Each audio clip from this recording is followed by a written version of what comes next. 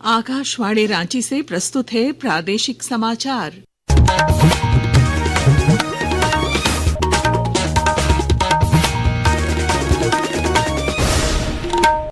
नमस्कार, प्रादेशिक समाचारों के साथ मैं पूनम केरकेट्टा।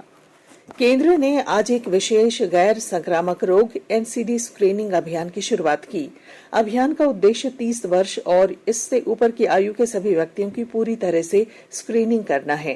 केंद्रीय स्वास्थ्य मंत्रालय ने कहा कि इस पहल का उद्देश्य आम गैर संक्रामक रोगों जैसे मधुमेह, उच्च रक्तचाप और 3 सामान्य कैंसर जैसे मुंह, स्तन और गर्भाशय ग्रीवा के कैंसर के लिए सभी व्यक्तियों की स्क्रीनिंग करना है। भारत बांग्लादेश सीमा समन्वय सम्मेलन का 55वां निदेशक स्तर का सम्मेलन आज दिल्ली में संपन्न हुआ। सम्मेलन के दौरान सीमा पार अपराध, तस्करी, सीमा पर बाड़बंदी और अन्य मुद्दों पर दोनों देशों के बीच विस्तार से चर्चा की गई। सम्मेलन के बाद मीडिया को जानकारी देते हुए सीमा सुरक्षा बल के निदेशक जनरल दलजीत सिंह चौधरी ने कहा कि पिछले साल 5 अगस्त के बाद से भारत बांग्लादेश सीमा पर घुसपैठ में काफी कमी आई है।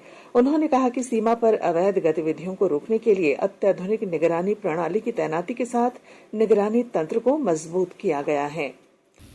इधर राज्य के पूर्व मुख्यमंत्री और सरायकेला के भाजपा विधायक चंपई सोरेन ने बांग्लादेशी घुसपैठ के मुद्दे पर एक बार फिर राज्य सरकार पर निशाना साधा है। सरायकेला में पत्रकारों से बातचीत में उन्होंने घुसपैठ के मामले में सरकार पर अदालत को गुमराह करने का आरोप लगाया। श्री सोरेन ने यह भी कहा कि वे बहुत जल्द राज्य के आदिवासियों के अस्तित्व बचाने के लिए उल गुलान की शुरुआत करने वाले हैं। जिस धरती का, जिस परंपरा रूढ़िवादी पत्ता को बचाने संघर्ष आरोसी संघर्ष का देने संताल परगना खास करिए अधिनियम और छट्टापुर खास करिए अधिनियम, आज उसी बीच उसी धरती में आप बांग्लादेशी घुसपैठ आप जम गया। इसीलिए उस अखबार को देख के हमने निर्णय ले कि अब हम समाज के बीच में जाएंगे। आज समाज के बीच क्रांति का बीज बजेगा।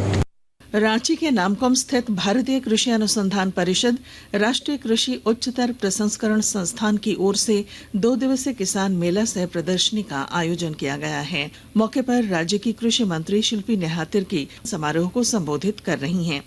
झारखंड जैगुआर का 17वां स्थापना दिवस कल मनाया जाएगा। रांची के टेंडर ग्राम स्थित झारखंड जैगुआर के कैंप में आयोजित कार्यक्रम में डीजीपी अनुराग गुप्ता मुख्य अतिथि के तौर पर शामिल होंगे।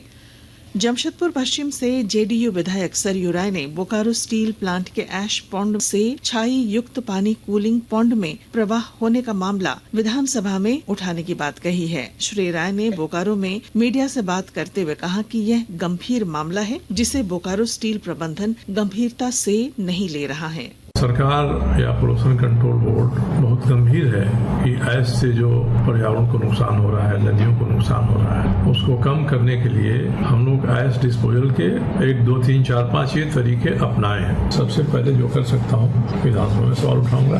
राज्य के मुख्य सचिव है, राज्य का प्रदूषण नियंत्रण बोर्ड है, तो सरकार इसमें गंभीर हो ये प्रयास होगा। इस लिहाजा विधानसभा में सवाल करूंगा। स्थिति नहीं सुधरी तो एनजीटी हम लोग जाएंगे इसमें।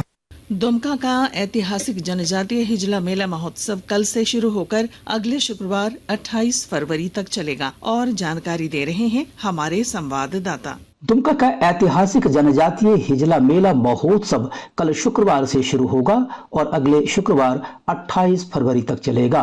मेले की सभी तैयारियां पूरी कर ली गई हैं। मेला क्षेत्र के अलावा हिजला गांव के घरों की दीवारों को भी भित्ति चित्रों से सजाया गया है। मेले में इस बार भी जनजातीय और लोक संस्कृति तथा परंपरा का प्रदर्शन और प्रोत्साहन होगा। मेला का मुख्य आकर्षण कृषि और मत्स्य प्रदर्शनी, खेलकूद, संताली गीत, नृत्य, संगीत और नाटक होंगे। RK नीरद, आकाशवाणी समाचार, दुमका। झारखंड हाईकोर्ट के अधिवक्ता सूरज कुमार के निधन पर झारखंड एडवोकेट्स एसोसिएशन के बैनर तले हाईकोर्ट के सभागार में शोक सभा का आयोजन किया गया। 18 फरवरी को अधिवक्ता सूरज कुमार का आकस्मिक निधन हो गया था। झारखंड के अधिकांश जिलों में आज सुबह से ही मौसम का मिजाज बदल गया। रांची समेत कई जगहों पर हल्की बारिश से रांची में तापमान में लगभग 6 डिग्री तक की गिरावट आई है। सुबह रांची का तापमान 23 डिग्री सेल्सियस रहा, जबकि ये कल 29.8 डिग्री सेल्सियस था। इधर खूंटी जिले में आज सुबह आंधी और बर्फ के गोले गिरने से एथलेटिक्स स्टेडियम की गैलरी का पूरा छज्जा उखड़कर एस्ट्रोटर्फ स्टेडियम पर आ गिरा। और इसके साथ ही आकाशवाणी रांची से प्रादेशिक समाचार का ये बुलेटिन समाप्त हुआ। अगला प्रादेशिक मुख्य समाचार शाम 4 बजे प्रसारित किया जाएगा। नमस्कार।